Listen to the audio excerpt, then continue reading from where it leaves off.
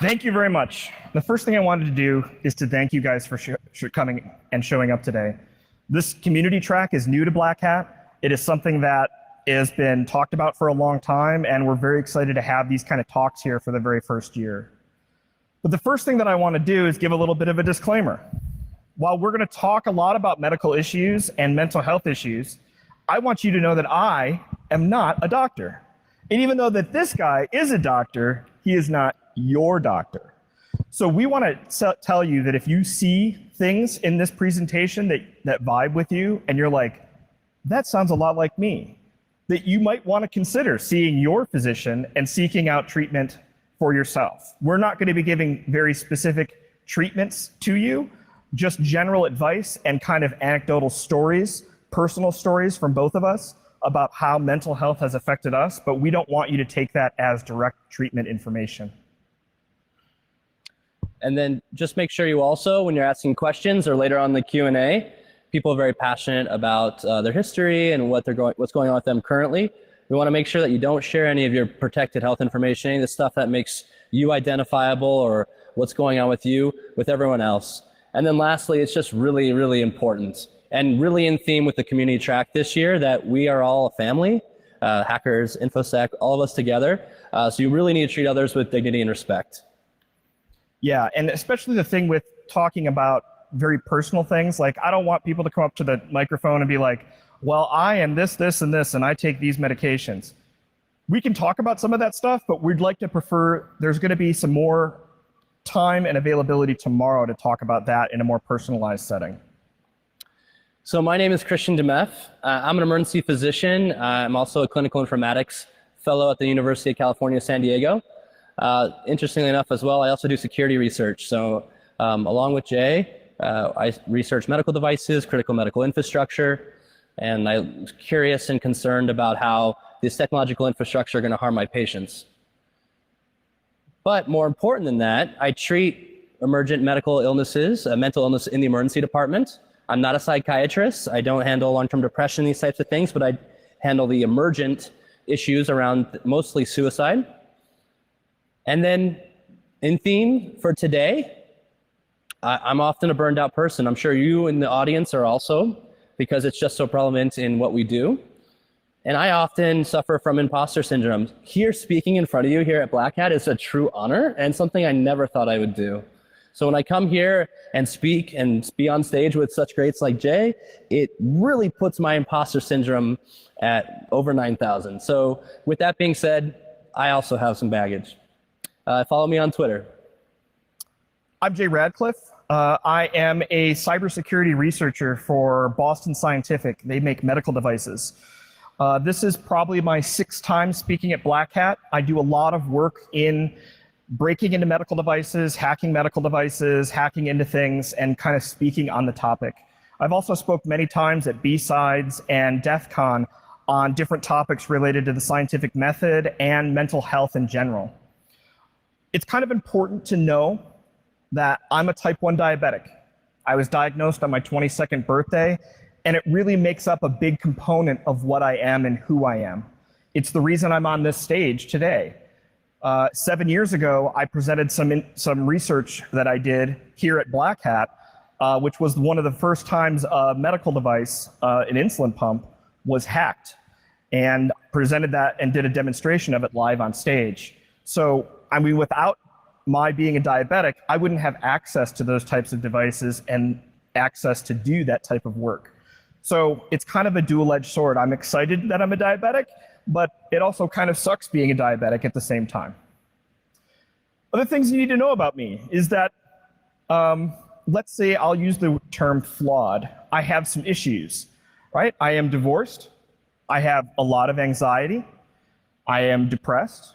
I have ADHD, I have thyroid issues, and in combination with a bunch of other medical things, which we'll talk about later, which kind of impact my mental health and impact how I operate from a day-to-day basis. But one of the things that's important to know throughout this entire talk that we give is that even though I am all of those things, I am still successful and productive and functional. And people that have mental illnesses and have mental health issues can also be very productive and very happy if they use the resources that are around them. And that's a big reason that we're giving this talk today, is we want to give you a glimpse of some of those resources and some of the things that you can do if some of these symptoms speak to you and you identify with some of them.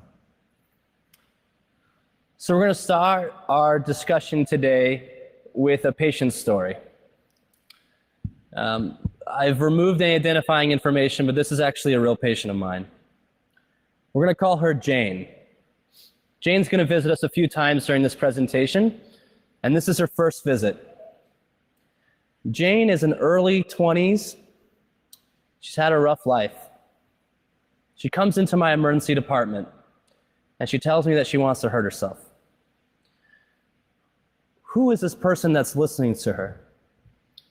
Well, it's this happy young doctor within 2 weeks of starting his residency. So you go to medical school, you get your degree, then you go to residency, and anywhere from 3 to 7 years, you learn what it's like to really be a doctor. You learn how to take care of patients. So 2 weeks on the job, 2 weeks being a real doctor, brand new, fresh, bright-eyed, bushy-tailed, can cure any disease, diagnose anything. Jane comes to me. She tells me she wants to hurt herself. She tells me about her PTSD. She tells me a lot about her prior sexual trauma. She's never tried to harm herself before, and she said, I had these thoughts of hurting myself. I came to the emergency department. I didn't know where else to go.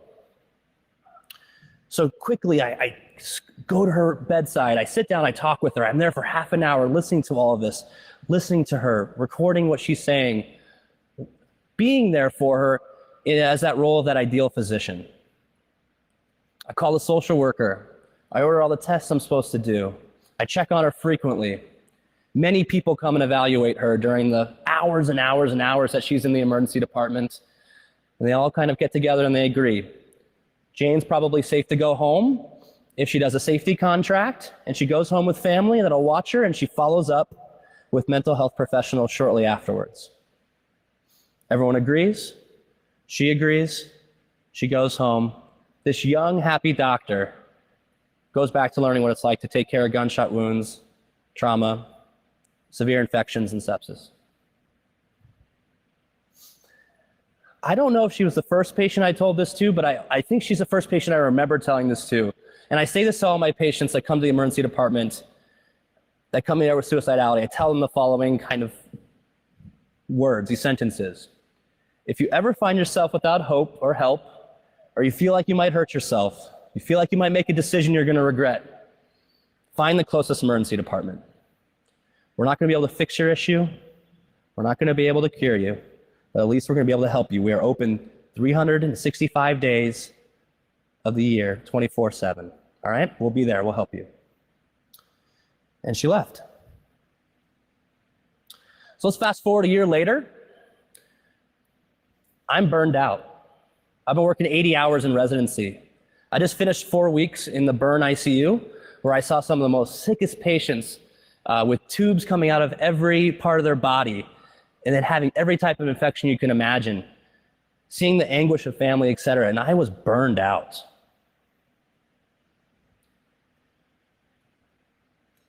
I was cynical. I had no satisfaction from the accomplishments that I had done in my life up until then, or I was doing on a pretty regular interval. I never took a chance to celebrate any of that with my family. I dreaded going to work. I felt powerless. I felt like the system was broken and the patients I was trying to help couldn't get the help that they needed. And I felt like the insurance companies and the drug companies and everyone was mounting up against my patients. And I was really, really frustrated. I had a clear work-life imbalance. I was at work at 4 a.m. I was there until 8 at night, and I would repeat. And then all that stuff you see, all the drama in the emergency department, the sick kids, sick grandmas, sick moms, car accidents, it kind of weighs on you. So I was burned out after a year. You know, and I think that resonated with me too when we talked about this. And it might resonate with some of you. All of those symptoms of burnout that he just described are things that are very prevalent in the information security community. I know that when I look at my friends and their job history, that quite often They leave and find new jobs after a year and a half, maybe even less. Why? Because they're burned out. They get tired of the rigmarole of feeling like they're just bashing their heads up against the wall. They get tired of the work-life balance being out of whack and all you do is work and travel. Personally, I have gone through this. And what I find my symptoms to be is that tasks take a lot longer. A report that might take me a week to write now takes 3 weeks to write because I just don't wanna. I don't wanna do it. I can't find the energy. I don't have any joy in my work. I mean, hacking into things is really fun, but when you're depressed and you're burned out, it's not. Things that you found joy in before, even little things, going to the movie, having a nice cocktail or a meal, when those become joyless and fun, no fun, that's probably a problem. I always find that sleep is a big symptom for me. I want to go to bed right away. I want to stay in bed and sleep until I can't anymore. Those are big symptoms of depression and burnout. The desire to leave your job and to find a new one. Oh, if I just left this job and found someplace better, it would be, but I would be happy. I see people in information security doing this all the time. People job hop for a reason. And then sometimes it leads to destructive behaviors. When you're depressed, sleep deprived, unhappy, you make bad decisions. You might call out your boss. You might do work that's subpar. You might do things that are destructive to your career or to your personal life. And those are big problems and big symptoms in burnout and in depression. When I look at information security job stress, there are some big factors. It's one of the reasons that we have this community event and things like B-Sides as well, is this is a major problem, and we know it's a major problem. When we look at the ISSA study done this year, 68% say that it impacts work-life balance. That's huge. That's the majority of people find that there's a work-life balance problem in their jobs. There's also a lack of training. They're doing so much work that they don't have time to train. Lack of staffing. I don't need to repeat that there's a shortage of cybersecurity talent. So what do? Well, we work the staff that we have extra hard to get that work done. And there's increasing of demands. Everything is being digitized. Everything is needing our security help. So we have to be the heroes. We have to be the ones to shoulder that entire responsibility. There's also, going back to 2010, the study that Jack Daniel did at RSA and B-Sides Las Vegas, with the symptoms of burnout and how prevalent they are in our community.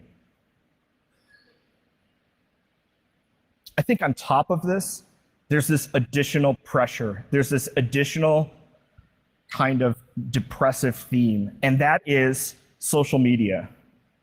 No matter what side you're on, it is corrosive, and it is troublesome, and it is problematic.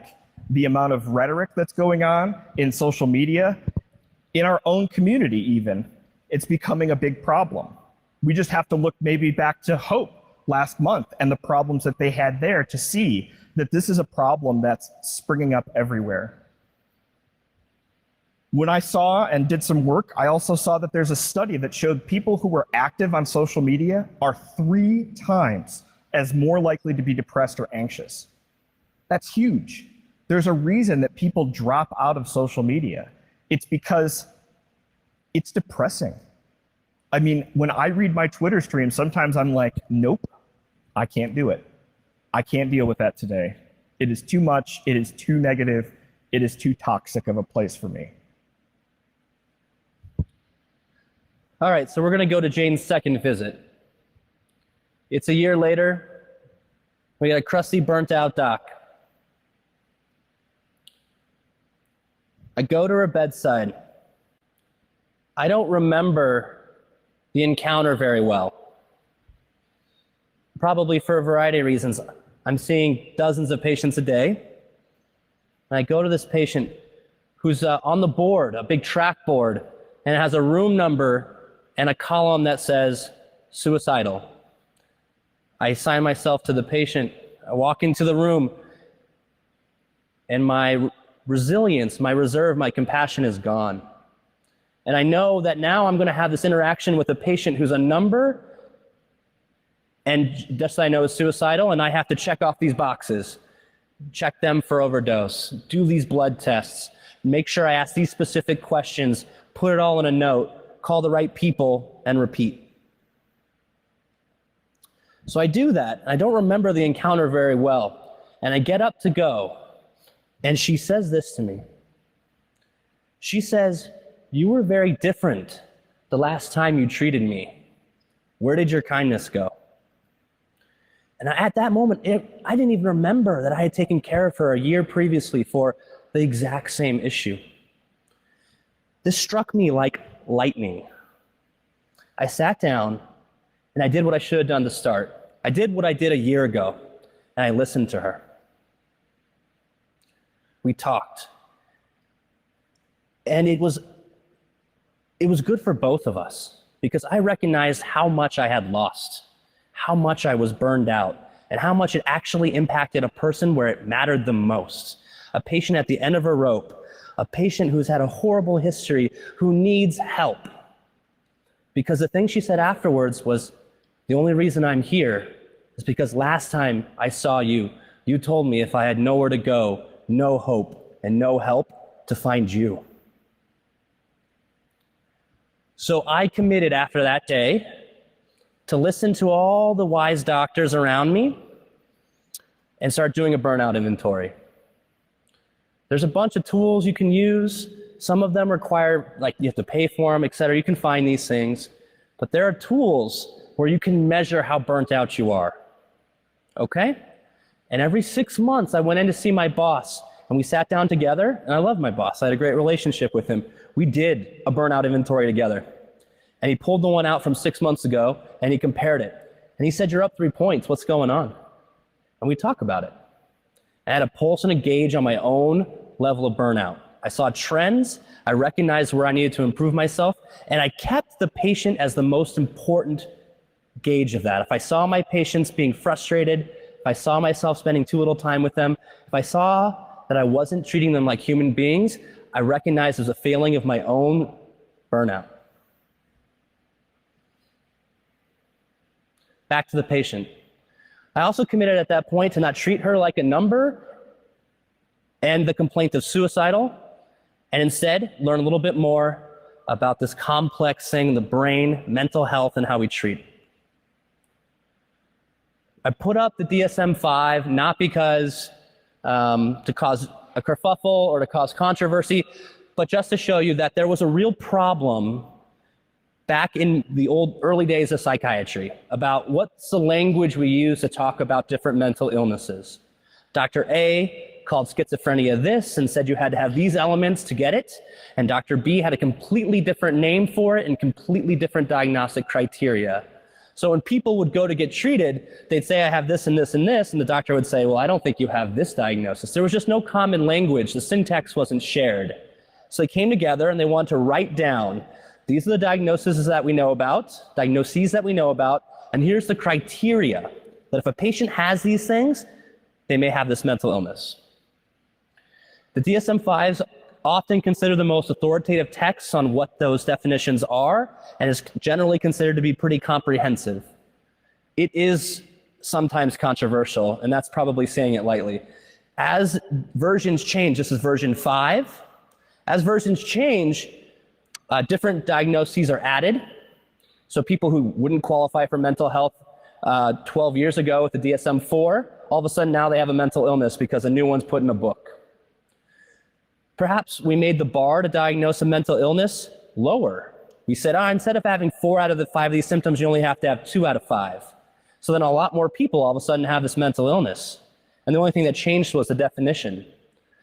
And there was also controversy around autism and diagnosing children with autism with the change. It made it harder to diagnose children with autism. And some families found it really hard to get benefits and extra help with things like educational resources because their kids suddenly weren't diagnosed with autism anymore because the definition changed. With that being said, I think there's still some utility in talking about it, and briefly we're going to go through some different categories of mental illness just to show you more than anything else, don't take notes, there's a lot of stuff going on. And we think about this stuff as doctors. Depressive disorders, major depressive disorder, persistent depressive disorder. These are the symptoms of sadness and hopelessness. These are people who have a lot of the symptoms that we just talked about when it comes to burnout, when it comes to wanting to sleep, withdrawal, isolation. The other thing I want to bring up here, and Jay's is going to also chime in on this. Look at the second from the bottom, depressive disorder due to medical condition. The human brain is so complex, and while doctors sometimes think they know the answer, we are pretty clueless when it comes to how the brain works most of the time. We could diagnose someone with having depression because they have another medical illness, but it's complicated. It's not just maybe you have a medical problem and you have depression. If we solve your medical issue, your depression will go away. These things are multifactorial and complex. To give you kind of an example of that, let's talk about somebody who has diabetes. Every time that they have to eat, it is a long, arduous process. They have to check their blood sugar, and then they have to figure out exactly how many carbohydrates they're going to eat in that meal. Then they have to do a complicated algorithm to figure out how much insulin that they need to correct their blood sugar, and then to get the amount of insulin they need for the food that they're eating. If they're wrong in any way or shape or form, their blood sugar will be too high or maybe even dangerously too low. And it's something that they have to do every single time they eat, 3 or 4 times a day, every day of the week, every week of the year. It will never end. There's no cure for diabetes. There's nothing coming that's going to fix that problem. And that is depressing. It is depressing to know I am sick, I am going to be sick for the rest of my life, and there is nothing I can do about it. And I have this very fragile condition where if I figure out that maybe this piece of pizza has 5 less carbs in it than I thought, then I might have to risk going into low blood sugar shock. Or maybe it's got 20 more carbohydrates than I thought, and then my sugar's going to be high, and I'm going to have a headache, and I'm going to be thirsty, and I'm going to be miserable. Those are the things that go on, and that can make you depressed. There are actually a lot of books and materials written about diabetic burnout, of I have been doing this for so long, oh my God, I can't do it anymore. And that feeds in exactly to what we're talking about with an illness leading to depression or an illness feeding into these depressive symptoms. There are other mood disorders, bipolar, substance-induced. Really, the point of this slide is to show that it's not always that you're depressed. Maybe you're depressed most of the time. And maybe in between episodes of severe depression, you're really happy and we call that mania. These things are complex and they don't always fit a pattern. There are anxiety disorders. I'm not going to list them all off, but this is a increasingly diagnosed medical condition in America for a variety of reasons. You know, we talked a lot about some of the symptoms of burnout, and they look a lot like the symptoms of depression. Are you generally sad? Do you find that there's just not a lot of joy? You don't get a lot of enjoyment out of doing things that most people find joy in? Do you feel hopeless? This is pretty easy, and it rings a bell in information security. Do you feel like, you know what? This problem is never going to go away. They're never going to do things to secure their data, no matter how many times I recommend them. No matter how many pen tests we buy that have the same results, this company is just not going to change. It is hopeless. Why am I even here? Fatigue goes back to that sleep issue. You know, are you tired all the time? Do you want to go to bed at 6 o'clock and sleep until noon the next day? That's a problem if you just find that you're tired. Changes in your sleep patterns or restless sleep. What if you sleep for 15 hours but you don't get any rest? You toss and turn, you're constantly awake, Your brain won't shut off. It's constantly thinking, what's the next project that I gotta do? I'm behind on this report. What about the kids? What's going on with this relationship? Am I happy at work? Why am not I happy at work? Can I get a new job? What if they fire me? All of those things could be keeping you from sleeping. Changes in appetite is a big one. People just stop eating. I went through a major episode in my personal life where I lost about 30 pounds in a month and a half. I think that I lived on Diet Coke and peanut M&Ms, but I didn't want to eat. No desire to eat whatsoever. Lunch, dinner, breakfast, didn't care. Like it didn't, and as a diabetic, that's very dangerous. But the urge, that sadness, that hopelessness is so overpowering that it can overcome basic needs like the need to eat, the need to shower, the need to take care of yourself. And that is where we get into some dangerous territory, when depression really leads to some bad things. One of the things that you can do if you find that you have some of these symptoms, or some of these symptoms ring a bell, is you can take a self-test and kind of see where you are maybe on this scale. It's a quick 9 questions, and it screens for depression. And when you have a test like this, and you can say, well, I don't know if I'm depressed, but let me check. Before you go to a doctor, you can do this. And then you can go to them and say, look, I'm having some of these symptoms. I took this test and I scored this way. And that's why I'm here today. And I would like some help. I would like to get some resources to do this. So we're not going to push medicines. I know I'm a doctor. I don't get my check from Big Pharma until tomorrow. So I'm not going to speak too highly of them until tomorrow. Just kidding. I don't get paid by Big Pharma at all. We're going to talk a lot about meds, not for the reasons that we're saying you need to absolutely go on meds, or meds are always the answer. Far from that. But they are often a part of treatment. So we wanted to put this in the middle before we talk about the rest of the stuff that's important, just to hopefully demystify it a little bit and to at least give you another take on this. But how do these meds work? We're about to talk about classes of medications. If I had a giant whiteboard behind me, you would see all these complicated biochemical pathways, arrows going from weird protein to weird protein and these weird chemical structures. To explain to you how these things would work, I'd go up to that whiteboard and I'd just do a bunch of hand waving. Because the answer is, we truly don't know how a lot of these medications work. We think we know, we think we have some hypotheses, but in actuality, we don't know how they fully work. We haven't explained it all out. But basically, we have these things called neurotransmitters in our brain. And they help control, or at least affect, mood.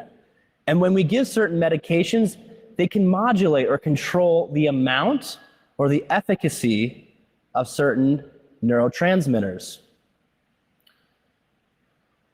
One of the things I want to talk about is something called a selective serotonin reuptake inhibitor. It's a very common class of medications, and it basically is going to increase the amount of serotonin in portions of your brain. Well, we know that this helps people. We give it to them and they feel better. They don't feel better immediately, but we measure the amount of serotonin immediately after we give them in the first few days, and it goes up, but they don't feel better for weeks. So we think the issue is serotonin. We can give you a drug that helps you with your serotonin. We can measure the serotonin and it goes up, but you don't feel better for weeks? That doesn't explain it. There's got to be something else going on. So I just wanted to bring this up to say there isn't going to be a clear answer. I don't think many people on this planet could convincingly explain to you how they work in their entirety. But what we do know is that they help a lot of people. I talked about SSRIs. These are going to be the most common class of drugs, and they deal with serotonin.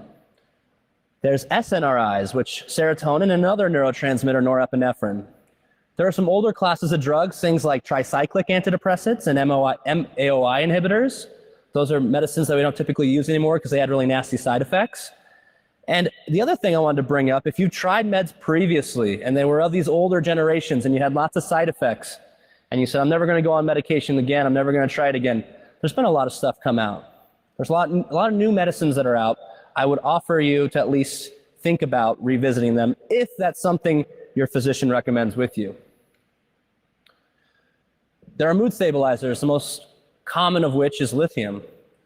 These tend to treat these mood disorders we talked about, like bipolar disorder. But there are a whole other category of medications that may be used.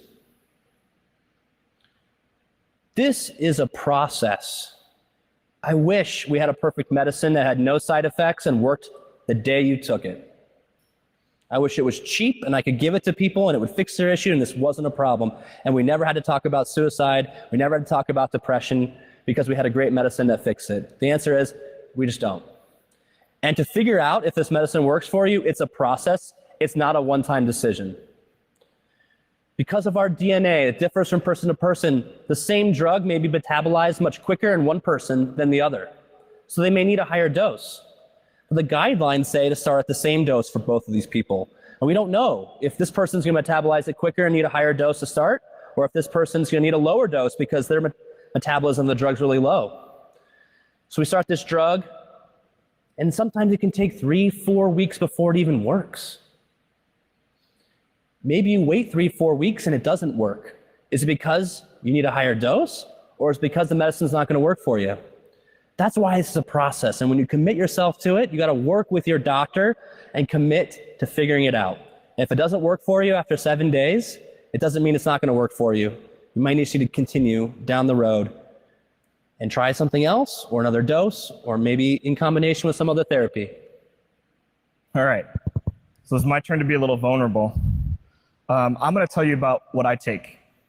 And this is the way I look at it. I'm going to nerd out a little bit because I glazed over a little bit with the neuro uptake something or others.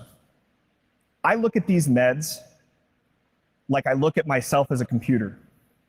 These meds are like tuning kernel parameters. I came out of the box very inefficient. There's all these different parameters in my brain, from serotonin and the inhibitors and the uptake and all the chemistry that goes on. But thankfully, I have the ability to tweak those parameters. Now, anybody that's done any kernel tweaking at all knows that it can go good or it can go really bad.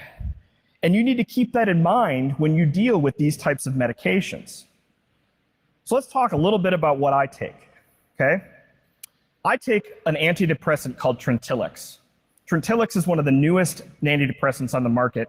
It is the 5th antidepressant that I have been on in the search to get my perfect kernel parameter set for antidepressants. And it works pretty well. It generally keeps me in a better mood. It's easier for me to deal with my anxiety and my problems. Does this pill make me happy? No. Pills don't do that. They make it easier for you to be happy, but they don't make you happy. The second pill that I take is called Abilify. I have a Hulk tattoo, meditating, because I have some anger issues and I have a very short temper. And Abilify helps with that ramp up of getting angry or losing my temper. And that works really well. I recently tried to wean myself off of it, and I discovered that that was probably a bad idea after the 3rd day, because I got angry pretty quick and my temper was pretty short. And that's how I knew it was still working. Strattera I take for my ADHD. It is a non-stimulant, and it really helps me with my general ADHD. When I don't take that medication, I forget to do little things. Like if I go get a glass of water, I'll open the cabinet door, get the glass, turn, and fill it up. But I won't close the cabinet door. Why? My brain is already off to the next task. The Strattera helps slow down that process for me, and it makes me more attentive to the things that I need to do to be functional. I also take another ADHD medication called Adderall, which is a stimulant. And the Adderall gives me focus. It gets rid of the distractions. If I sit down without Adderall at a computer, I will live in the Google, YouTube lands and watch videos and go from link to link to link to link. And I will not get my report writing done. But when the Adderall kicks in, it becomes a lot easier for me to write. It becomes a lot easier for me to focus. Again, Let's think about those kernel parameters. Let's think about tweaking the chemistry in your brain to work as efficiently as possible. I also take thyroid medication. Now, you probably know better than I do, when your thyroid levels are off, you can get a lot of the symptoms of depression. Low thyroid means you're really tired a lot, means you're really sleepy. Some people bruise very easily when they have low thyroid levels.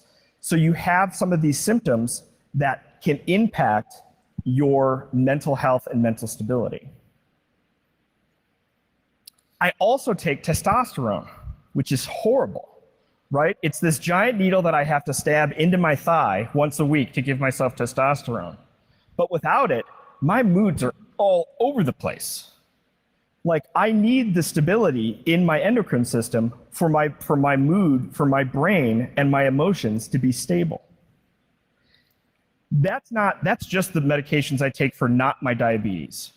Then there's all the ones I take for my diabetes. I take 2 different types of insulin, and I take a medicine called Farxiga for my insulin resistance. Now, let me tell you, every week when I have to fill my pill box for the week, it's depressing. I feel old, I feel broken, and it is depressing as hell. It's tough, and I have to do that every week from now until forever. And it's tough. And some of the ways that I've constructed that and changed that thought in my mind, I've done a couple different things. One is the kernel parameter tuning. The other one is I think of myself more like a really good European race car. You can't just put regular gas in a car like that. You have to put premium gas. You can't just put regular oil in that car. You need to put synthetic oil of a certain weight and a certain type. Everything in that car needs to be tweaked and tuned in order to get the best performance out of it.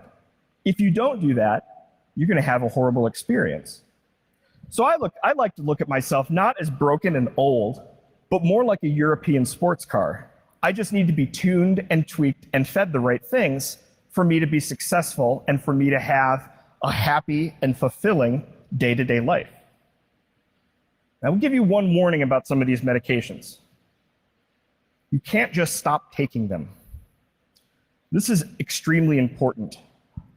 I did this once. I stopped taking my antidepressant Lexapro because I felt that I didn't need it.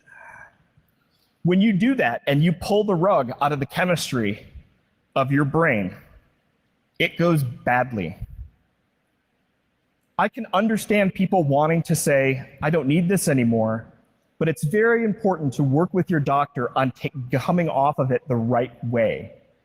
You can come off of these medications, but you need to wean yourself off of them so your brain doesn't flip out.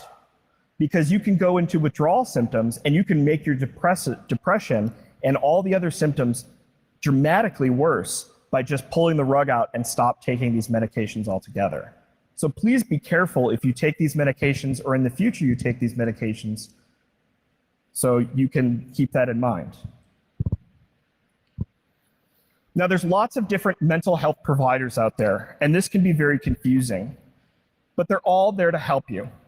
There's counselors and clinicians and therapists, and they are generally great. They do a lot of talk therapy, and they can help you through a lot of these problems. There are psychologists with degrees and PhDs that can do more advanced things. EDMR is a very popular thing that psychologists do. There are social workers that do different things for different classes of people. Psychiatrists mostly specialize in medication. I see a psychologist and a psychiatrist because psychologists usually don't do medications. Nurse practitioners and family practice physicians also can dispense these types of medications under guidance and under different types of symptoms and different types of things. And probably the most important out of this list, arguably, I would say, is not the doctor, although that's very, very important. And it's not that they're not doctors, just different doctors, the psychologists. Excuse me. They get a degree. They're trained in many different modalities and for many different health conditions, mental health conditions. And they're a good resource in almost every case. You've had a lot of experience with this, Jay. Yeah. So I've been in cognitive behavioral therapy for well over 20 years now. It's something I do every week, and it's basically talk therapy where you figure out what your problems are and you talk about the solutions to it. I'll try and give a quick example here because we're pressed on time. I have horrible writing anxiety. I am constantly thinking that my writing is shit, it is horrible, and it makes me look like a worthless employee. And it freaks me out every time I write a report. And I have to deal with this anxiety. And I go and we do cognitive behavioral therapy, and my therapist says, has anybody ever told you your writing is horrible? I say, no. And how many reports have you written? Probably hundreds. Okay, so why do you think that your writing is horrible? I don't know. It doesn't make sense. It's just what I feel. So then we have to restructure that and how we deal with that and how we talk about that so that way my anxiety lessens. And by talking about it, even that process itself helps in that anxiety. All without medication. Now, this is one of my favorite slides. This is how I see my brain working. Remember, I think that I am a computer. This is my process table, right? And at the top of that process table might be depression, stress, report writing, my sick kid, social media, am I hungry? What's my financial state? What are my parents' state? These are all things going through my mind at a constant rate. How do I control this process table in my head? How do I re-nice these processes or reprioritize these processes? The thing that I have found to be most helpful is meditation. Now, meditation probably sounds like hocus pocus, but I've actually found it to be incredibly useful. In combination with my cognitive behavioral therapy, it helps me manage my process table.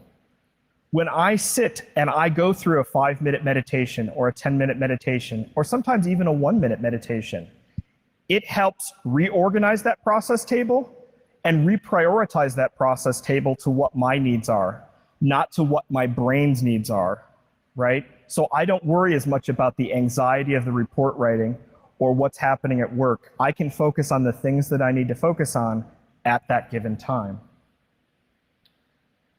So we're going to go towards a little bit of depression into suicide.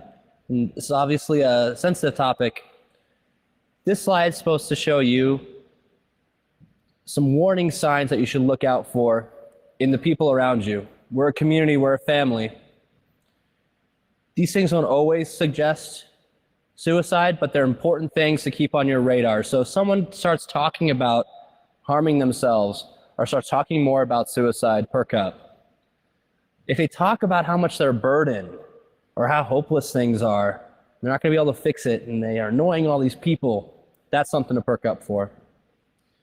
If you see their substance abuse getting worse, they're withdrawing, becoming isolated, if they start calling people and saying goodbye, or if they start giving their possessions away, those are things that you need to look at as red flags and talk with that person and try to get them the help that they need. So there's a depression screening tool we talked about. Well, this is a suicide screening tool. You can find this one online. This Columbia Suicide Severity Rating Scale is quick. It's 6 questions, and it can get you a range about how suicidal this patient really is, or this person that you know is, your friend, your family. It's pretty sensitive, meaning that if you score a certain amount, the chance that this person's really suicidal and at that risk is pretty high. It's pretty reliable. So what do? These are 2 fantastic resources. Call, text.